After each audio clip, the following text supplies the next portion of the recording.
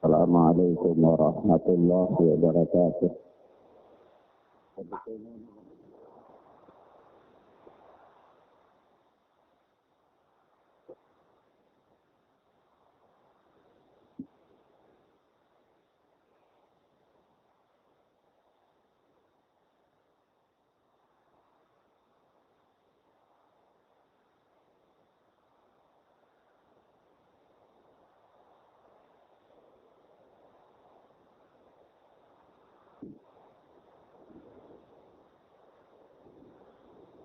Walhamdulillah hamdan katsiran tayyiban mubarakan fihi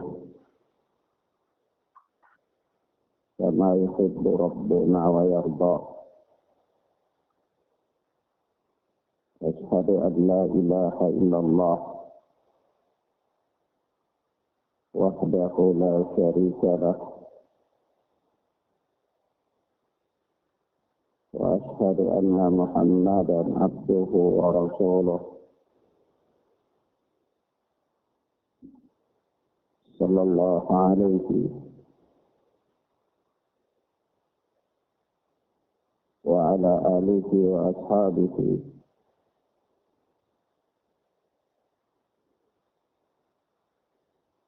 wa man tabi'ahu bi ihsan ila yaumiddin. Amma ba'd. Ikhwan wa akhwat, a'azzani Allah wa iyyakum. Kita lanjutkan pelajaran kita dengan kitab Riyadhus Shalihin oleh Al-Imam An-Nawawi rahimahana wa rahimahullah. Kita masih berada pada babul muraqabah. Hadis yang ke-7 dari bab muraqabah atau hadis yang ke-67 dari kitab Riyadhus Shalihin.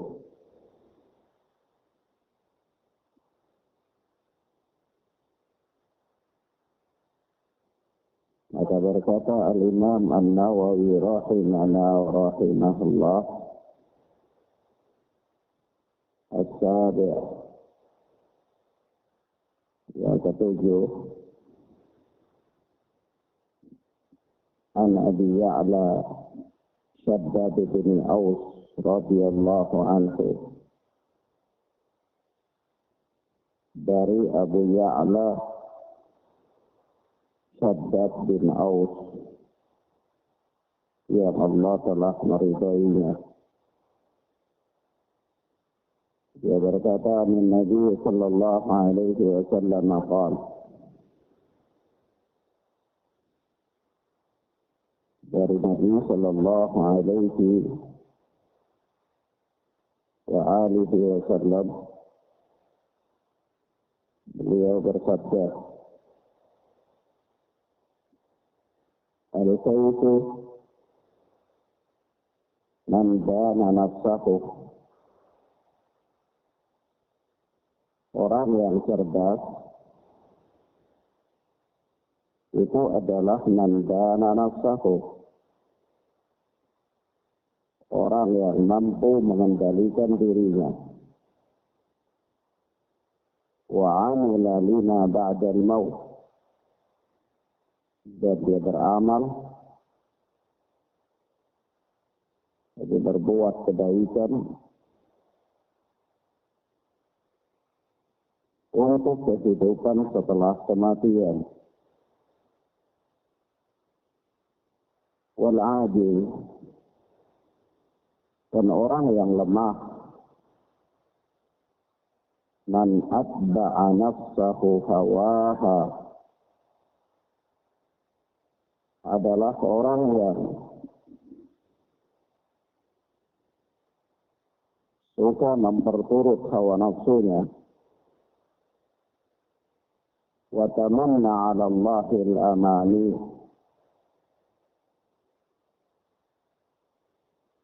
Sembari dia berangan-angan terhadap kemurahan Allah tabaraka wa ta'ala.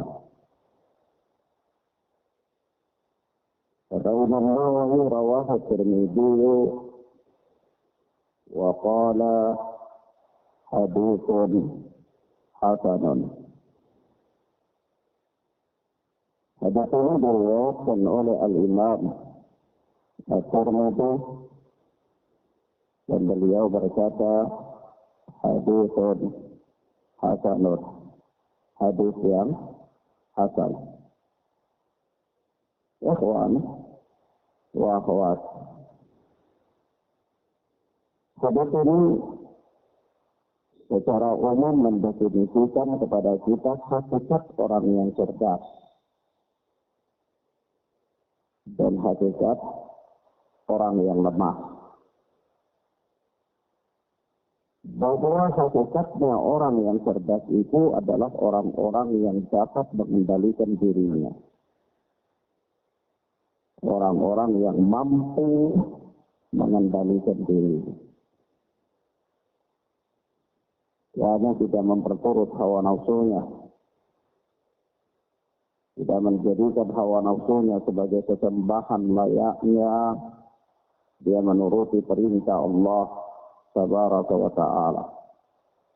Tapi dia kekang hawa nafsunya dalam rangka taat kepada Allah Jalla wa Ala.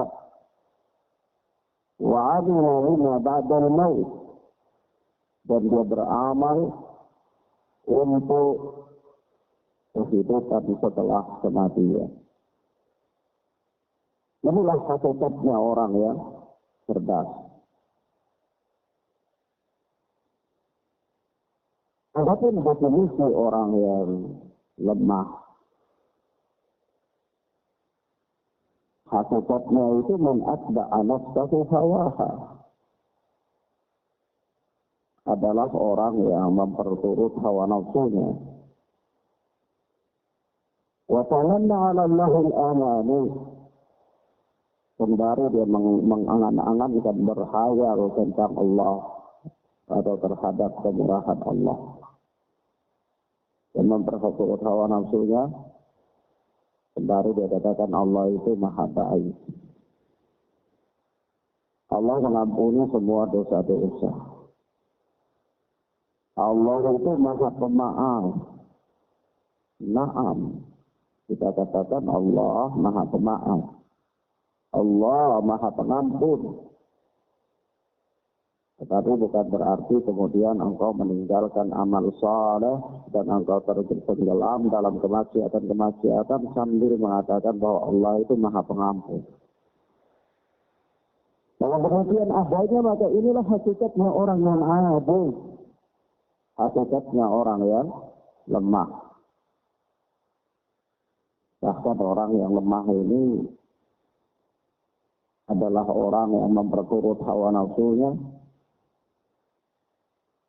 Sampai-sampai Allah Subhanahu wa ta'ala mengatakan mereka adalah orang-orang yang telah menjadikan hawa nafsunya sebagai sesembahan selain daripada Allah.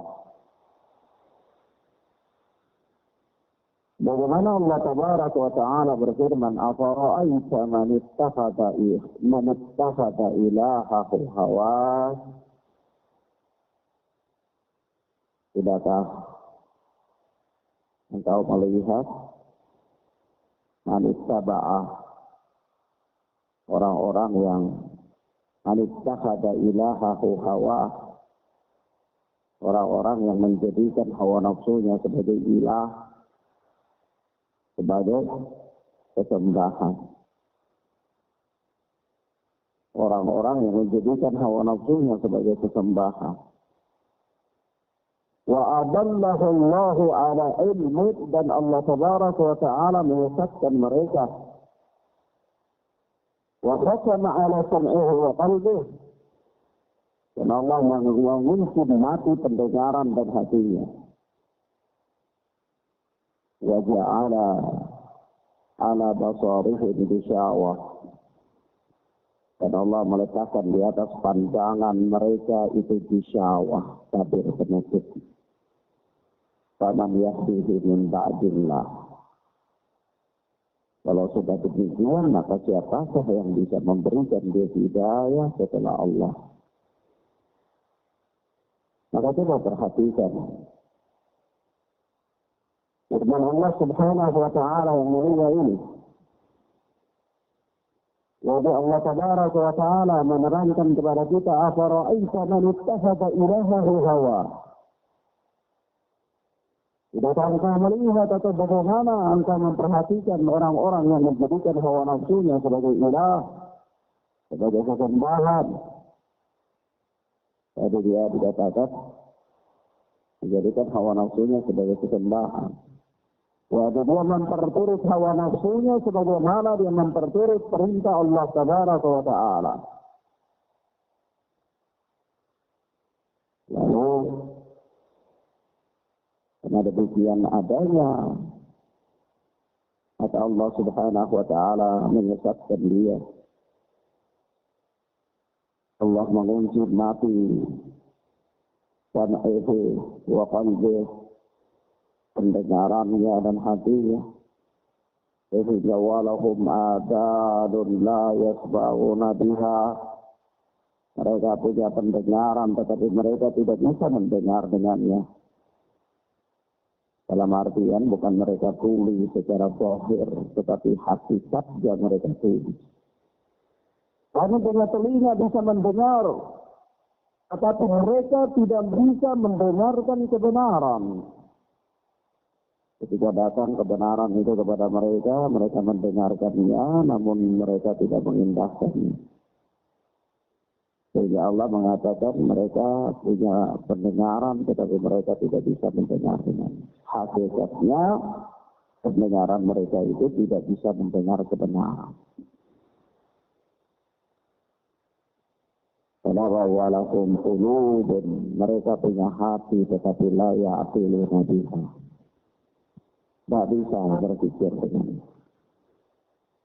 Nah, di sini kalau kita perhatikan ayat-ayat Allah dan hadis-hadis Rasulullah, itu jadi ada pembahasan akal itu terletak pada otak atau terletak pada hati.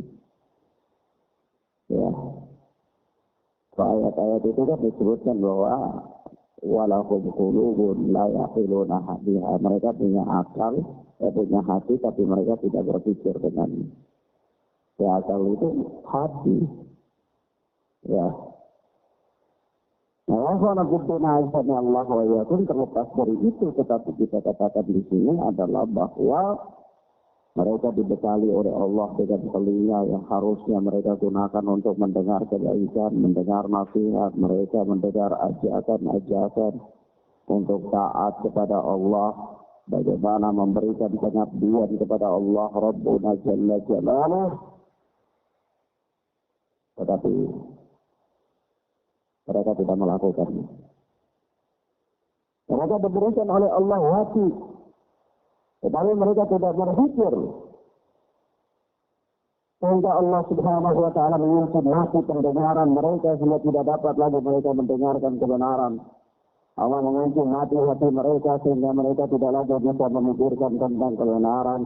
Dan waja'ala ala basarihim bisyawah. Allah tutup di atas pandangan mereka itu tabir.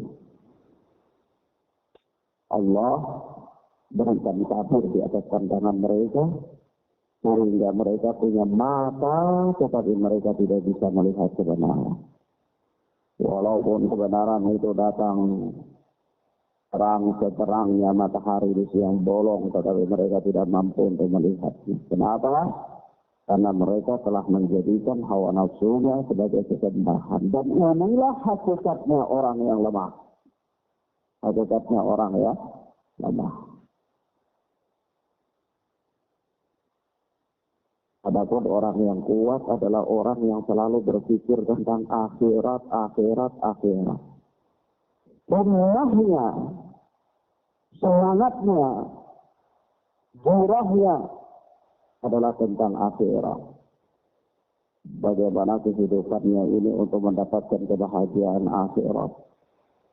Bagaimana nafas yang diberikan oleh Allah kepadanya ini dia gunakan untuk mendapatkan kebahagiaan akhirat. Bagaimana kesehatan yang Allah berikan kepadanya dia gunakan untuk mendapatkan kebahagiaan akhirat. Ya, bagaimana akalnya, penglihatannya dan seterusnya. Semuanya itu dia apa? Gunakan untuk mendapatkan kebahagiaan akhirat. Jadi panggilannya adalah akhirat. Jadi wa'amila lima ba'dal maut, dia beramal untuk kehidupan setelah kematian. Dia tidak menyia-nyiakan usianya, dia tidak menyia-nyiakan waktunya, dia tidak menyia-nyiakan kesempatannya, melainkan semuanya dia berusaha keras bagaimana bisa digunakan untuk mendekatkan dirinya kepada Allah. Dia tahu persis bahwa waktu yang dimiliki olehnya akan ditanya oleh Allah di hari kiamat. Dia tahu persis bahwa usia yang diberikan oleh Allah kepadanya akan dipertanggungjawabkannya di hari kiamat. Dia tahu persis bahwa kesehatan yang Allah anugerahkan kepadanya adalah suatu nikmat yang nanti kelak di hari kiamat dia akan mempertanggungjawabkannya. Maka dia akan berdiri di hadapan Allah dan dikatakan dia fulan, usiamu yang panjang itu engkau gunakan untuk apa? Wahai fulan, kesehatanmu itu engkau gunakan untuk apa? Fulan, waktu luangmu itu engkau gunakan untuk apa? Dan seterusnya. Ya, paham benar. Sehingga fokusnya itu adalah apa? Amila lima ba'dal maut. Beramal untuk kehidupan setelah kematian. Inilah hakikatnya orang ya cerdas. Naam.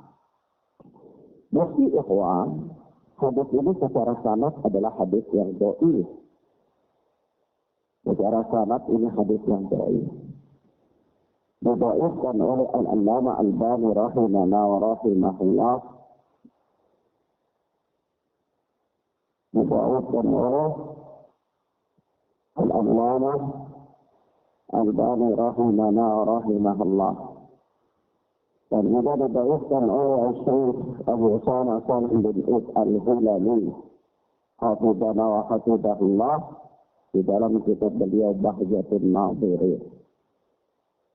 Juga didhaifkan oleh Syekh Ali Hasan Al-Halabi rahimahana wa rahimahullah dalam ta'liqnya terhadap Riyadhus Shalihin. Hadis ini memang punya beberapa jalur periwayatan, tetapi semuanya adalah dhaif, sehingga tidak bisa saling menguatkan secara sama. Namun secara makna hadis ini tidaklah bertentangan dengan nas-nas yang lain.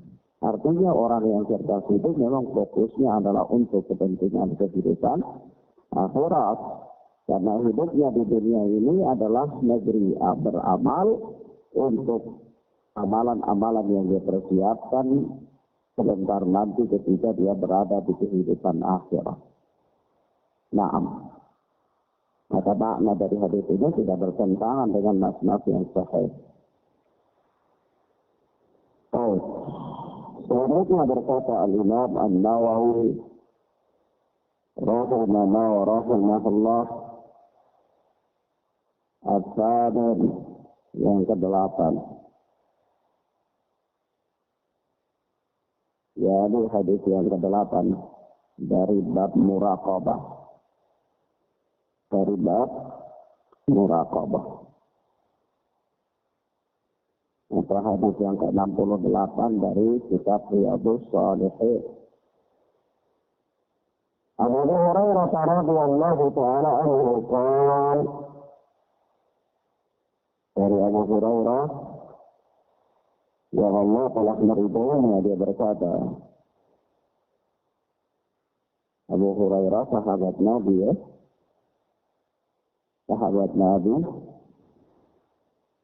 dan sahabat yang paling banyak meriwayatkan hadis.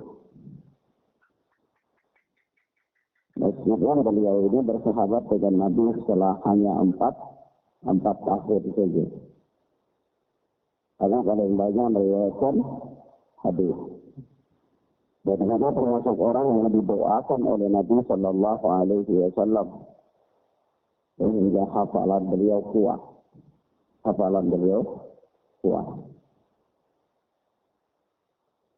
beliau, kala Rasulullah Sallallahu Alaihi Wasallam, Rasulullah Sallallahu Alaihi Wasallam bersabda, Islam al-mar'i tarkuhu ma la ya'ni. Antara kesempurnaan Islam seseorang atau tanda-tanda kebaikan keislaman seseorang adalah tarkuhu ma la ya'ni. Dia meninggalkan hal-hal yang tidak bermanfaat baginya.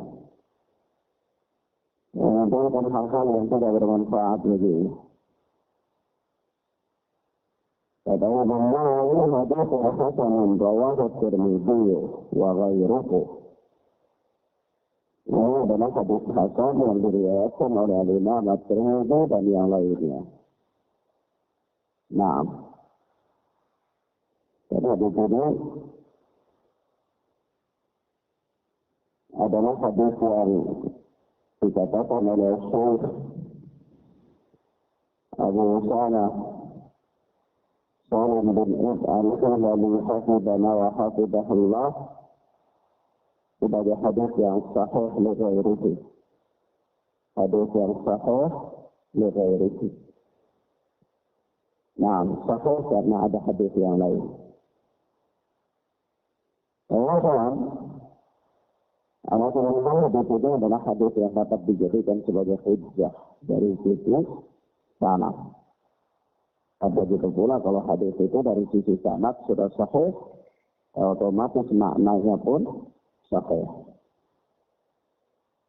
Kemudian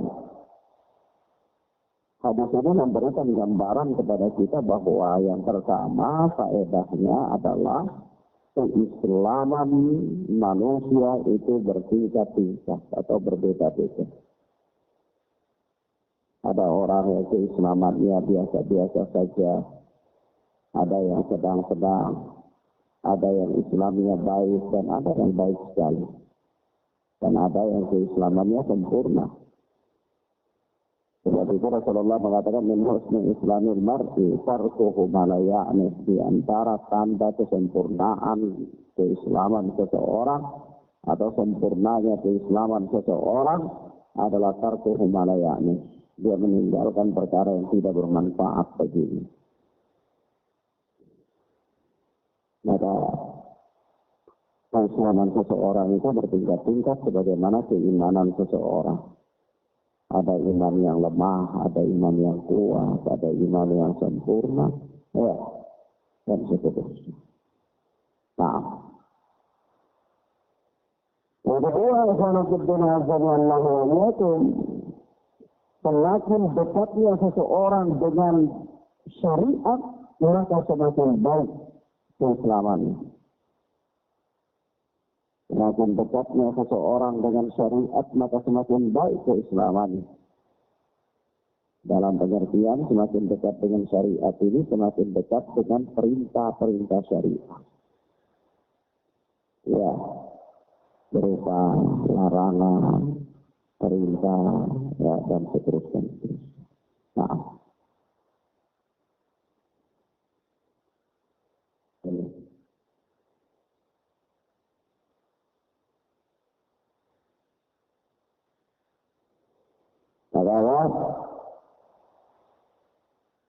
sebagaimana Allah Subhanahu wa taala berfirman dalam surat Al-Hadid ayat yang ke-10.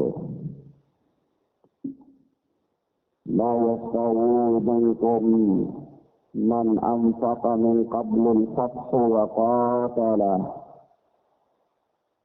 Ulaika a'zamu darajatan min alladhina anfaqu min ba'd wa qatalu. wa kullan wa'adallahu al-husna. La yastawi minkum man anfaqa min qabli al-fathi wa qatala. Kata Allah, tidak sama orang yang menginfakkan hartanya di jalan Allah di antara kalian dan berperang sebelum Fathul Makkah.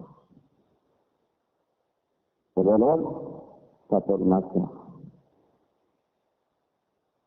Ulaika a'zamu darajatan min alladziina anfaqu min ba'du wa qatalu. Mereka itu adalah orang-orang yang derajatnya lebih tinggi. Derajatnya lebih tinggi dari orang-orang yang berinfak dan berperang setelah Fathul Makkah. Setelah Fathul Makkah. Yaqulu alladhi wa'adallahu al-husna. Dan Allah Subhanahu wa ta'ala menjanjikan kepada masing-masing mereka balasan yang lebih baik. Orang yang berinfak dan perang sebelum Fathul Makkah dan orang yang berinfak dan berperang setelah Fathul Makkah, kedua-duanya ini dijanjikan pahala yang baik bagi Allah, tetapi mereka tidak sama. Tapi mereka tidak sama dalam keutamaan dan dalam kedudukannya. Orang yang sebelum Fathul Makkah lebih baik dari orang yang setelah Fathul Makkah. Sisi pendalilannya, bahwa semakin tetapnya seseorang dengan syariat, maka semakin baik keislamannya. Dan keislaman seseorang itu bertingkat-tingkat. Keislaman seseorang itu bertingkat-tingkat. Dan Masya Allah ya, dalam perkara ini kita telah diberikan contoh oleh Allah dalam banyak hal. Dalam banyak hal. Di antaranya ketika Allah Tabaraka wa Ta'ala berfirman, As-sabiqun al-awwaluna minal muhajirin wal-ansar wal-ladina taba'uhum bi-ihsan radiyallahu anhum wa radu'an. Orang-orang yang pertama dan awal dari kalangan muhajir dan ansar, dan orang-orang yang mengikuti mereka dengan baik, yaitu Allah ridha kepada mereka dan mereka pun ridha kepada Allah. Allah sebutkan di sini muhajir dan ansar, orang-orang yang pertama dan awal. Jadi syariat memberikan apresiasi kepada mereka. Kenapa? Karena besarnya perjuangan mereka. Tuhan bayangkan ketika Rasulullah Sallallahu Alaihi Wasallam diutus oleh Allah, diperintahkan oleh Allah, ya ayyuhal muzammil qumil laila illa qalila, ya ayyuhal mudaththir qum fa'anzir wa thiyabaka fatahhir. Hai orang yang berselimut, bangunlah ya, dan berilah peringatan, adapun pakaianmu maka sucikanlah dia. Nah, Allah perintahkan Rasulullah untuk bangkit dan sampaikan dakwah ini secara terbuka.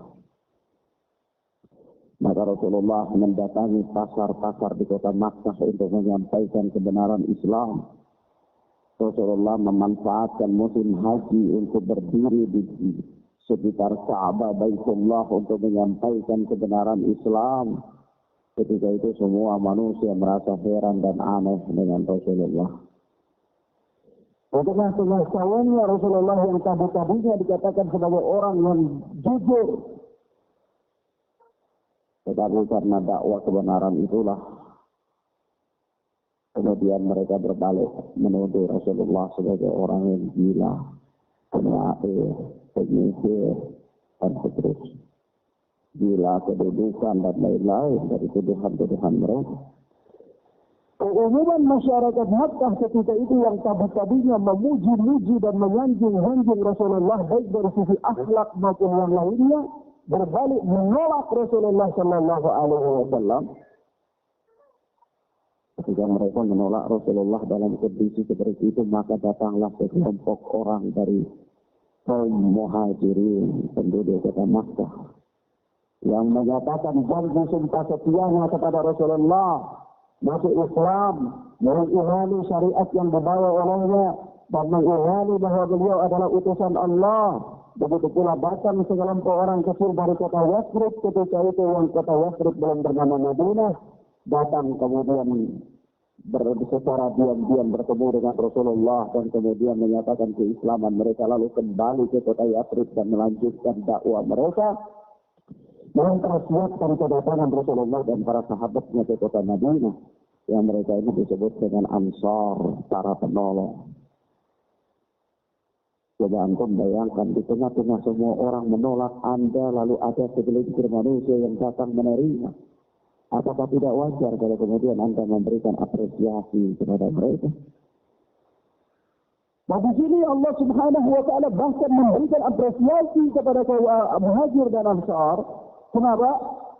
Ketika Rasulullah hadir di tengah-tengah mereka, seantero penduduk manusia mayoritasnya ketika itu menolak risalah yang dibawa oleh Nabi Sallallahu Alaihi Wasallam. Lalu datang segelintir orang dari kaum Muhajir, datang segelintir orang dari kaum Ansar menerima dakwah Rasulullah, maka Allah Subhanahu wa taala pun memberikan kedudukan yang istimewa kepada mereka, yang Allah Tabaraka wa taala mengatakan as-sabiqun al-awwalun minal muhajirin wal ansar wal ladzina tabi'uhum bi ihsan radhiyallahu anhum wa radu anhum. Orang-orang yang pertama dan awal dari kalangan Muhajir dan Ansar, pada orang-orang yang mengikuti mereka dengan baik, mereka itu telah ridha kepada Allah dan Allah telah ridha kepada mereka. Apresiasi ya. Begitu pula hanya kita ketika Rasulullah Sallallahu Alaihi Wasallam dimi'rajkan oleh Allah ke langit. Setelah kembali dari peristiwa Mi'raj itu, Rasulullah mengabarkan berita ini kepada manusia. Kaum musyrikin ketika itu mayoritas manusia menolaknya. Lalu datang Abu Bakar As-Siddiq dan membenarkan Rasulullah Sallallahu Alaihi Wasallam. Maka syariat ini memberikan apresiasi yang besar kepadanya, bahwa Abu Bakar diberilah gelar sebagai As-Siddiq, orang yang jujur. Apresiasi syariat tergantung orang ini dengan pengorbanannya. Berapa yang semakin besar pengorbanannya, maka dia diberikan apresiasi semakin besar. Dan ini wajar-wajar saja. Nah,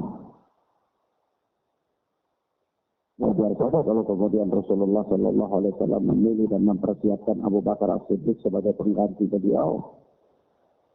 Ketika Rasulullah dalam keadaan sakit yang keras, tidak bisa berdiri sholat berjamaah dengan kaum mukminin, maka Rasulullah memerintahkan supaya Abu Bakar yang menjadi imam. Aisyah radhiyallahu taala anha mengusulkan kepada Rasulullah, ya Rasulullah, Abu Bakar ini orangnya lembut sekali hatinya, suaranya pelan, takut dia mengimami kaum mukminin dalam keadaan sepi sehingga dia tidak bisa menguasai dirinya. Nah, itu Umar, orangnya tegas, lantang suaranya. Umar aja yang lebih cocok jadi imamnya Rasulullah. Rasulullah Abu Bakar, perintahkan Abu Bakar. Ya, ini syarat. Abu Bakar Rasulullah Sallallahu Alaihi Wasallam telah mengisyaratkan bahwa Abu Bakar akan menggantikan posisi beliau Sallallahu Alaihi Wasallam. Kenapa?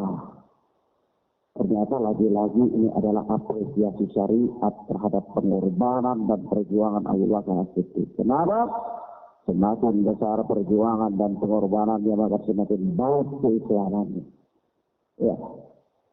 Sampai-sampai Abu Bakar orang yang paling sering bersama Nabi dan orang yang lebih awal masuk Islam dari Umar bin Khattab, orang yang selalu menyertai Nabi, sampai-sampai orang yang menemani Nabi dalam perjalanan hijrah, orang yang menemani Nabi di Gua Hira, ya, sampai-sampai begitu kaum musyrikin ada di mulut gua itu, kalau seandainya mereka lihat ke bawah itu, lihat Rasulullah dan Abu Bakar, sampai Abu Bakar itu takut, ya. Ada apa kata Rasulullah, ya Abu Bakar, bagaimana pendapatmu kalau ada dua orang dan yang ketiganya adalah Allah? Ya. Maka Abu Bakar pun tenang. Karena Allah menyelamatkan mereka. Ya. Dan seterusnya. Maka dari itu, lagi-lagi, ini menunjukkan bahwa semakin besar pengorbanan dan semakin besar kedekatan seseorang dengan syariat, maka semakin baik keislamannya, semakin tinggi derajatnya. Ya. Maka dari itu ketika Allah Subhanahu wa Ta'ala memberikan penghargaan kepada orang-orang Ahlul Badar, ketika perang pertama kali mau meletus dalam sejarah Islam, itu adalah peperangan yang sangat menentukan perjalanan dakwah Rasulullah dan para sahabat. Karena itu perang yang pertama kali, andai salah, maka kaum musyrikin dari berbagai macam penjuru dan sekutu-sekutunya akan membombardir kaum mukminin. Ya. Jadi perang yang sangat menentukan. Karena jumlah sudah sangat tidak berbanding. 3.000 orang lawan 310 orang, kurang lebih. Sangat tidak berbanding. Tetapi mereka keluar. Apa yang mendorong mereka keluar? Kalau bukan keimanan dan keislaman mereka yang baik. Apa yang mendorong mereka memperjuangkan keislaman mereka? Memperjuangkan kebenaran. Membela Rasulullah. Yang lulus pedang. Berhadapan dengan kaum musyrikin. Dan para sekutunya. Meskipun dalam jumlah yang banyak.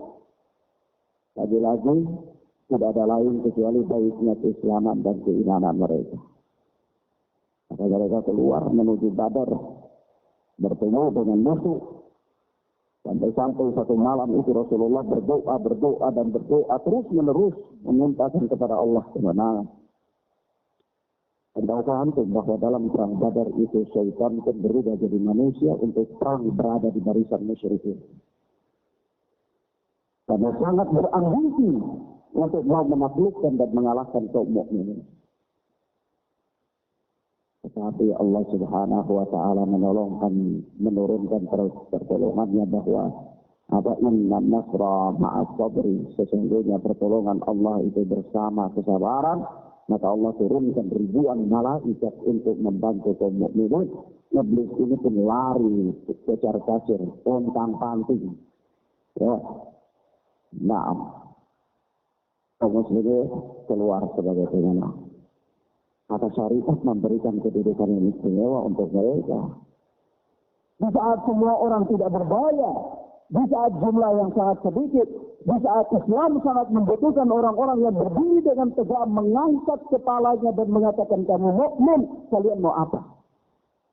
Ya. Maka yang ada hanya 300 orang yang hadir dan mengatakan hal itu. Lawan berapa orang? 3.000 orang. Ya. Berapa satu berbanding? Satu orang harus ambil 10, harus lawan 10. Ya. Dan Allah Subhanahu wa Ta'ala memberikan pertolongan kepada kita. Wajar saja kalau Rasulullah sallallahu alaihi wasallam mengatakan Allah telah berfirman kepada Ahlul Badar, lakukan yang kalian mau karena aku telah memaafkan kalian. Ini apresiasi syariat agama. Ya. Kalau kita gunakan bahasa sekarang ini apresiasi. Ini penghargaan Islam. Penghargaan dari Allah Subhanahu wa Ta'ala kepada mereka dan atas perjuangan mereka. Maka dari itu keutamaan mereka besar. Orang-orang yang sebelum orang-orang yang awal Muhajir dan Ansar, kemudian Ahlul Badar. Ya. Kemudian begitu pula orang-orang yang hadir dalam Bai'atul Ridwan. Kemudian orang-orang yang hadir atau keislaman mereka sebelum Fathul Makkah. Kemudian setelah Fathul Makkah. Semakin dekat, semakin besar kondisinya, perjuangannya, dan dekatnya dia dengan syariat, maka semakin tinggi kedudukannya. Ya. Naam. Yang ketiga, yang ketiga dari hadis yang kedua ini adalah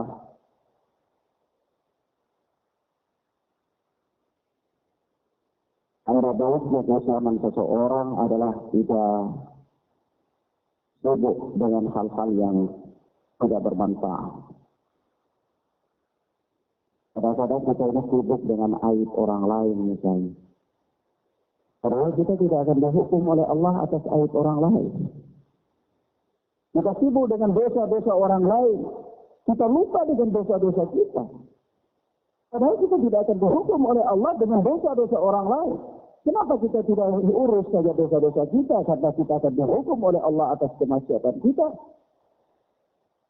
Ini artinya kita disibukkan dengan perkara yang tidak bermanfaat untuk kita.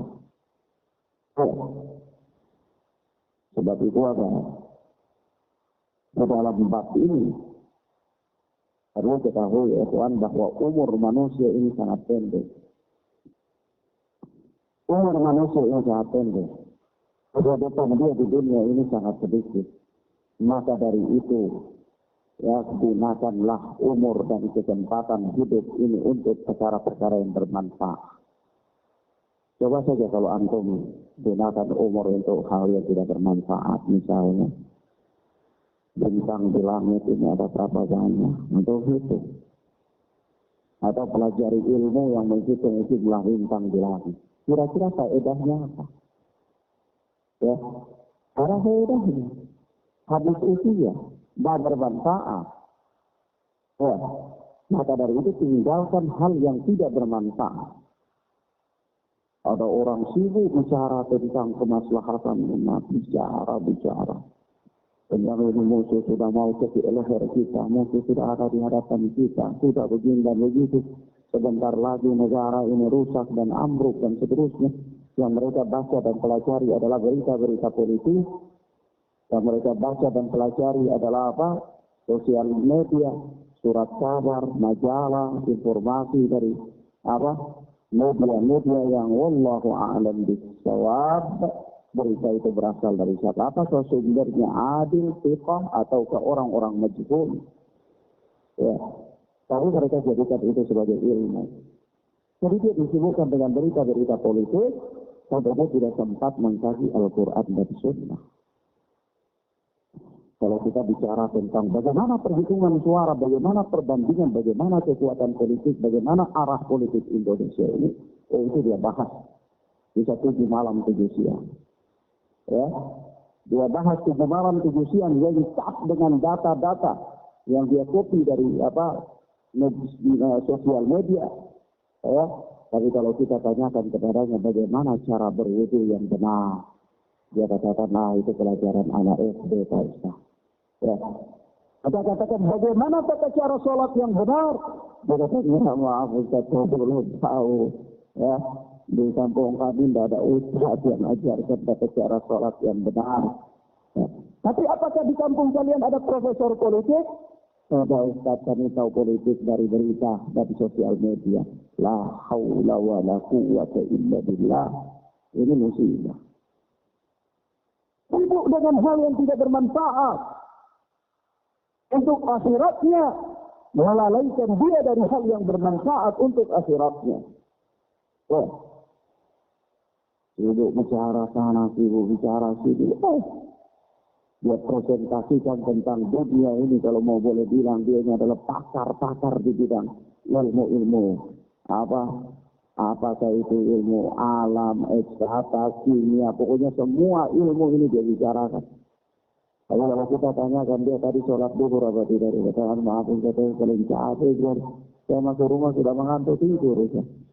Masya Allah.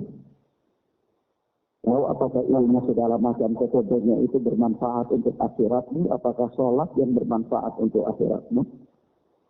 Tentang sholat itu bermanfaat. Inilah yang dikatakan oleh Nabi Sallallahu Alaihi Wasallam, min husni islamil mar'i tarkuhu ma la ya'ni. Di antara tanda baiknya keislaman seseorang adalah tinggalkan hal yang tidak bermanfaat untuk. Kalau antum belum bisa meninggalkan hal yang tidak bermanfaat untuknya, maka pertanda bahwa keislaman antum ini belum baik. Kadang-kadang ada orang itu sibuk dengan urusan orang lain. Kadang-kadang ada orang misalnya diberikan rezeki oleh Allah. Misalnya orang ada tetangga beli kulkas. Orang beli kulkas, kasih kredit. Ya, maaf. Nah kalau dia bayar cash atau dia bayar kredit, apa masalahnya dengan Anda? Apakah kalau dia kredit kemudian Anda yang membayarnya? Tidak. Jadi ini namanya memelihara penyakit hati. Memelihara penyakit hati. Kadang-kadang begitu dia lihat orang di sana belanja yang banyak, pasti tidak dapat uang dari si fulan. Tadi saya lihat fulan datang ke rumah mereka.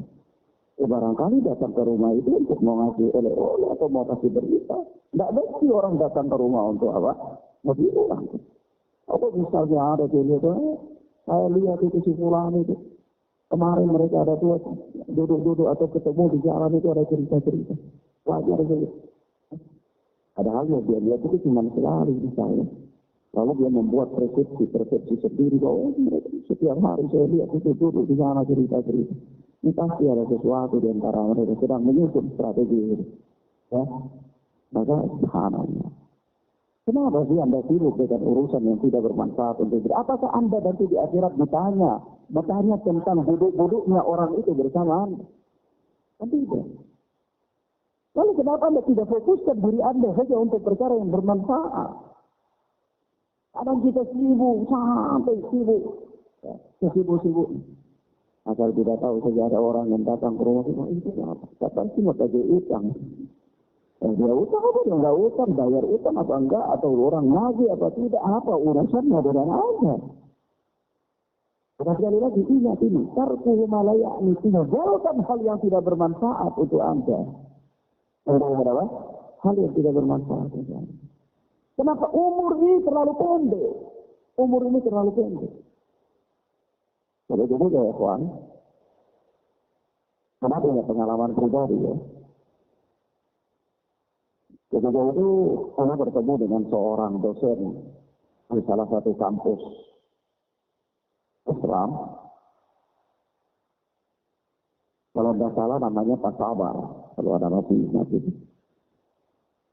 Dia S2 master agama di tempat wudhu.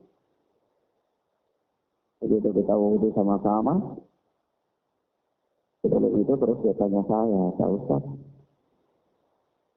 bagaimana Pak Sabar? Tanya saya tentang suatu perkara.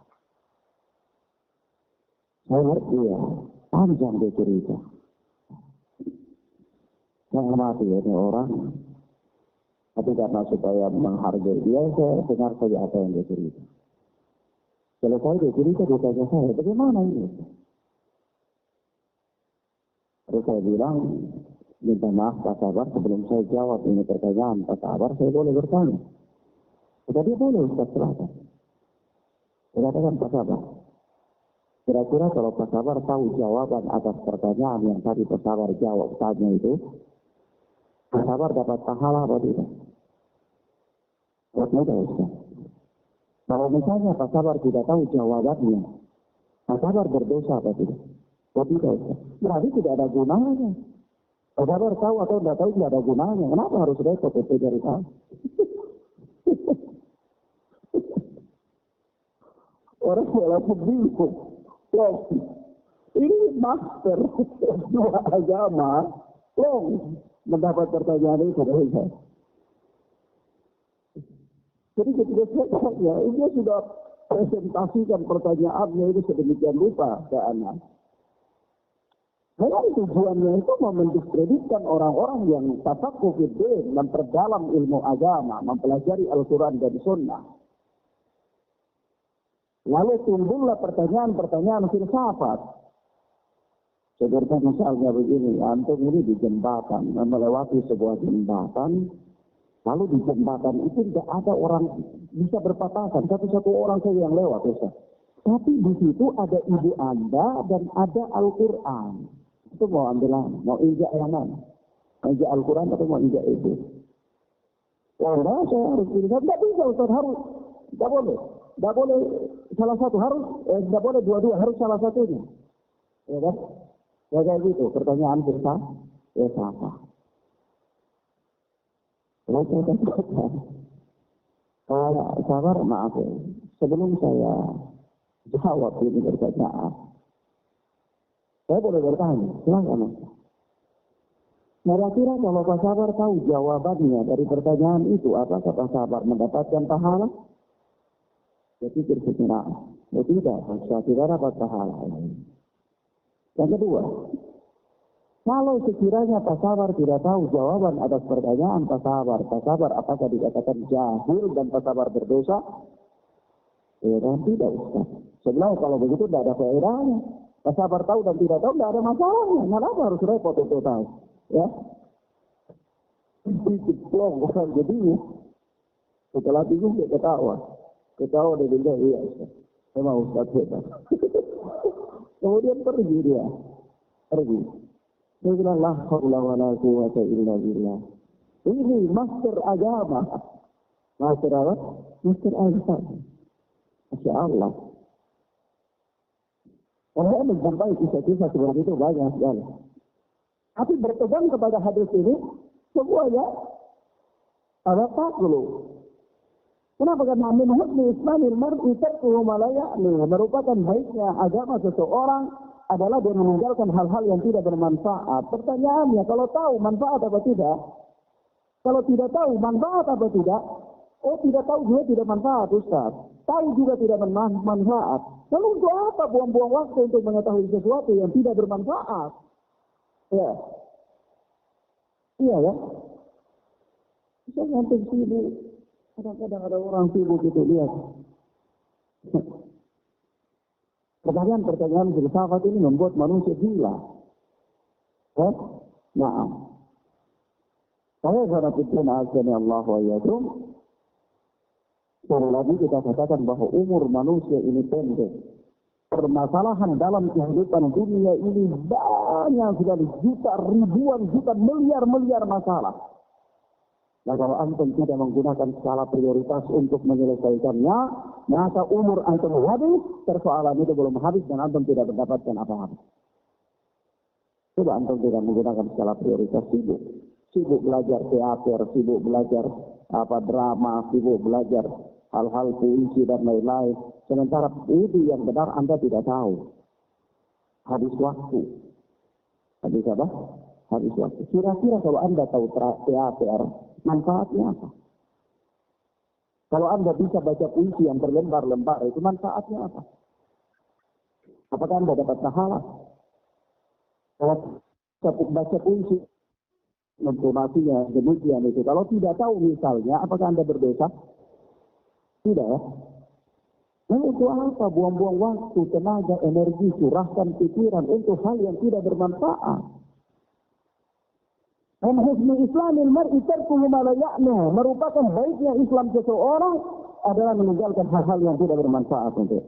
Jadi tanya saja perkara ini manfaat atau tidak untuk akhirat ini. Ya. Kenapa? Karena tadi kita katakan itu.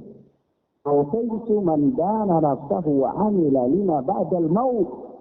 Orang yang cerdas itu adalah orang yang bisa mengembalikan dirinya, lalu dia fokus beramal untuk kehidupan setelah kematian. Inilah yang dikatakan cerdas. Kenapa? Karena Rasulullah Sallallahu Alaihi Wasallam mengatakan bahwasanya Allah Subhanahu Wa Taala murka terhadap orang yang alim berdunia wa jahil bil akhirah. Alim terhadap ilmu dunia tetapi bodoh terhadap ilmu akhirah. Ya. Kalau bicara tentang terumbu karang di lautan ini dia bisa uraikan dari masyrik sampai maghrib. Ya. Tapi kalau kita bicarakan kepada dia tentang tata cara wudhu yang benar, dia orang yang paling tolol. Tak ngerti sama sekali.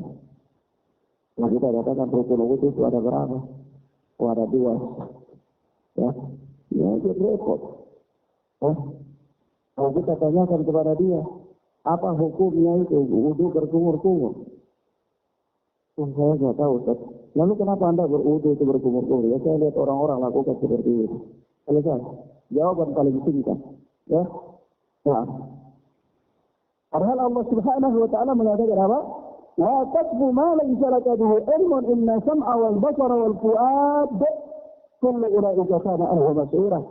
Jangan engkau mengikuti sesuatu yang kau tidak punya ilmu terhadapnya, karena sesungguhnya pendengaran, penglihatan dan hatimu semuanya akan ditanya oleh Allah Subhanahu wa Ta'ala. Selanjutnya berkata Imam An-Nawawi rahimahullah at-tasi' yang ke-9. Ini hadis yang ke-9 dari bab muraqabah. Atau hadis yang ke-79 dari kitab Riyadhus Shalihin. An Umar radhiyallahu anhu an Nabi sallallahu alaihi wasallam qala. Dari Umar radhiyallahu ta'ala anhu dari Nabi sallallahu alaihi wasallam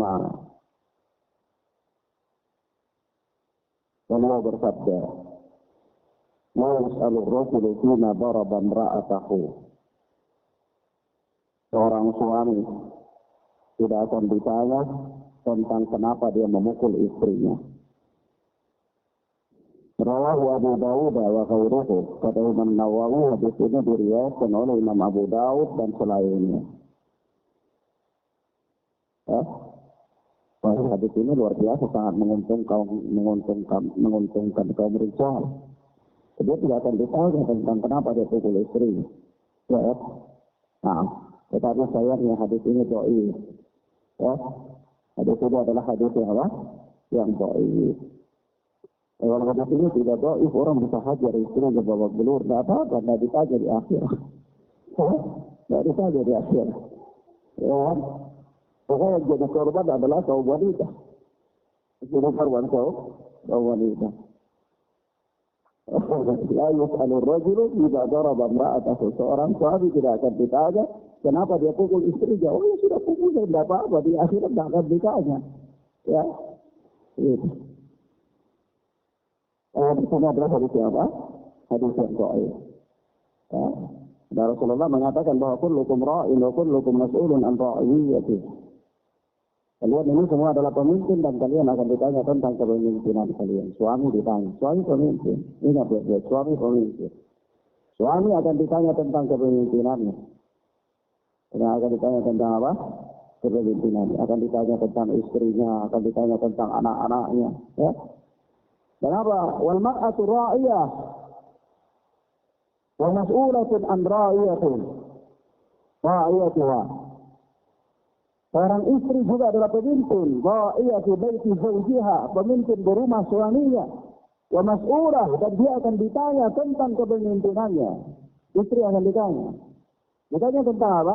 Tidak akan ditanya tentang suami, tidak. Karena istri bawahan, tidak akan ditanya tentang komandannya, tidak. Ya. Yang komandan yang akan ditanya tentang bawahannya. Komandannya siapa dalam rumah tangga? Suami. Ya, jadi istri jangan sibuk dengan urusan suami. Mau apa urusan dia. Saya tidak akan ditanya tentang suami saya. Kan gitu. Di akhirat Allah tidak akan menghukum saya atas kelalaian suami saya misalnya. Ya, kalau itu saya sudah suruh dia untuk taat beribadah misalnya. Tapi kalau dia tidak mau taat, tidak mau beribadah, ya itu urusan dia dengan Allah. Saya tidak akan ditanya. Kecuali kalau dia tidak sholat, tidak puasa, itu istri kalau memang tak mau sama sekali, maka di sini kata para jumhur ahlul hadis terjadi perceraian secara otomatis. Kalau misalnya ada suami istri tadinya mereka adalah ahli ibadah, sama-sama sholat, lalu di perjalanan rumah tangga suami ini tidak pernah sholat sama sekali, ya tidak pernah sholat sama sekali bertahun-tahun sudah. Maka bagaimana status pernikahan mereka? Kata jumhur ahlul hadis terjadi perceraian secara otomatis. Dan ini yang dipegang oleh Syekh Ibnu Utsaimin rahimahullah. Dan Syekh Ibnu Utsaimin rahimahullah mengatakan orang yang tidak sholat itu sembelihannya tidak halal. Tidak halal. Ya. Berbeda dengan sembelihan ahli kitab. Kalau sembelihan Yahudi, sembelihan Nasara halal. Kalau sembelihan orang yang tidak sholat tidak halal. Ya. Kenapa? Karena hukumnya adalah hukum riddah, hukumnya hukum murtad. Hukumnya hukum murtad. Maka sudah itu semua ya kawan. Dan itu kita katakan bahwa istri akan ditanya di rumah suaminya. Ada ditanya tentang suaminya. Kalau sudah dia lihat suami saya ini zalim, menurut persepsi dia ya. Dan kalau menurut persepsi orang ini kan macam-macam. Kadang-kadang menurut persepsi seseorang, ini kan Nagasari, dia bisa persepsikan bahwa Nagasari itu adalah lanet. Bisa saja. Ya. Atau kalau menurut persepsi dia seseorang, dia lihat wajib, dia tahu wajibnya adalah apa, nasi puluh unsi. Gitu ya. Ya kan kita terserah dia, kan persepsi dia gitu kan. Ya, misalnya kita katakan, oh itu wajib, dia kan tidak. Saya lihat ini nasi puluh unsi. Gitu. Kenapa kamu naikkan 10 unti? Iya, kamu itu kan bisa 10 unti dari cara masaknya, dari cara tuangnya misalnya ya. Itu persepsi dia, gitu. Jadi ini bukan persepsi orang, kita tidak berbicara tentang persepsi orang, tapi tinjauan syariat supaya kita aman. Kalau menurut persepsi Anda datang dengan cerita Anda, saya bisa datang dengan cerita saya, kan begitu. Persepsi Anda dan persepsi saya tentunya berbeda. Nah kita tidak akan mendapatkan jalan temu. Anda berhari-hari berbicara tentang ini dolim, tetapi orang yang lain juga bisa berpersepsi bahwa Anda ini durhaka, Anda durhaka. Bisa jadi perbedaan persepsi. Tetapi marilah timbang persepsi itu menurut pandangan syariah. Maaf. Karena terlepas dari itu ya, ikhwan fillah azza wa iyyakum, seorang istri akan ditanya tentang rumah suaminya, akan ditanya tentang harta suaminya, akan ditanya tentang anak-anak. Istri itu akan ditanya tentang rumah suaminya. Rumah itu diapakan? Ya, apakah dibersihkan, apakah ditata dengan rapi atau tidak dan seterusnya. Akan ditanya juga tentang apa? Tentang anak-anaknya. Akan ditanya tentang harta yang dititipkan oleh suaminya. Jadi jangan berpikir harta itu uang saja. Ya, harta itu banyak. Segala macam benda yang dititipkan oleh suami, apalagi benda-benda berharga milik suami, harus dijaga oleh sang istri. Apabila memang itu adalah suami istri. Tapi kalau punya pacar ya nggak perlu, itu tidak ada hak apa-apa. Ya. Nah, orang zaman ini punya pacar saya, mereka baik-baik di HP miliknya ini dikasih hadiah, bisa sama dia. Saya sayang sama HP. Oh, nggak ada apa-apa, itu lempar saja, buang, nggak ada masalah. Ya, Anda akan ditanya tentang, akan ditanya. Tapi kalau istri misalnya ini HP suami diangkat banting-banting, oh ini saja. Ditanya di hari kiamat. Kenapa? Karena itu bagian dari harta suami. Ya. Paham ya? Bahwa tentu bertentangan dengan hadis ini. Ya, secara matan hadis ini dhaif, bertentangan dengan hadis-hadis yang sahih. Secara sanad lebih dhaif lagi secara sanad. Ya. Nah, hadis ini diriwayatkan oleh Imam Abu Daud dan yang lainnya, tetapi sanadnya adalah dhaif. Ya, juga diriwayatkan oleh Al-Imam An-Nasai dalam Sunan Al-Kubra. Juga diriwayatkan oleh Imam Al-Hakim, juga diriwayatkan oleh Imam Ahmad rahimahullah, juga diriwayatkan oleh At-Tayalisi, tetapi semuanya dengan sanad yang dhaif. Semuanya dengan apa? Sanad yang dhaif. Naam.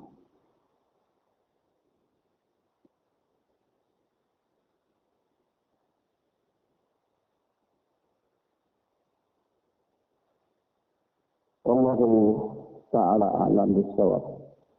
Kemudian Akhwanafiddin azanillah wa iyyakum, ini beberapa hal yang bisa kita sampaikan pada kesempatan yang mubarakah ini. Dengan demikian kita telah mengakhiri bab muraqabah, yakni bab yang kelima dari kitab Riyadhus Shalihin. Dan insyaallah ta'ala pertemuan berikutnya kita masuk pada bab yang ke-6, yaitu babun fit taqwa. Ya, bab yang berbicara tentang hal-hal yang berkaitan dengan takwa.